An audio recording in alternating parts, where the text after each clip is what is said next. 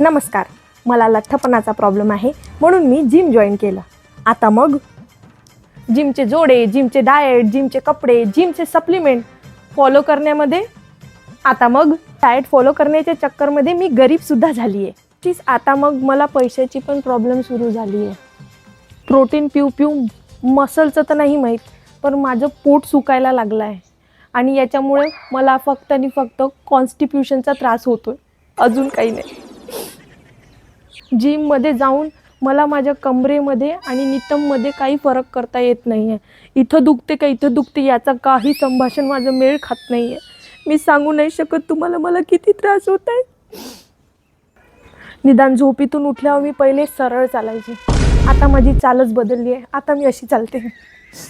मला समजत नाही मी जिम लावलं कशासाठी होतं. उजवा खांदा दुखते तर कधी कधी डावा खांदा, कधी कधी तर दोन्ही खांद्यावर असं वाटते की दगडच बांधले आहे की काय. आता तर मला नवीनच समस्या सुरू झाली आहे, ज्याला टेनिस एल्बो म्हणतात. हा एल्बो नसल्यासारखाच वाटतो. आता मग ड्रीम बॉडीच्या चक्करमध्ये माझं अंग दुखायला लागलं आहे. आता तर मला ड्रीम बॉडीचे स्वप्नसुद्धा पडायला लागले आहे. याच्या अनुसार मला मानसिक बिमारीसुद्धा सुरू झाली आहे.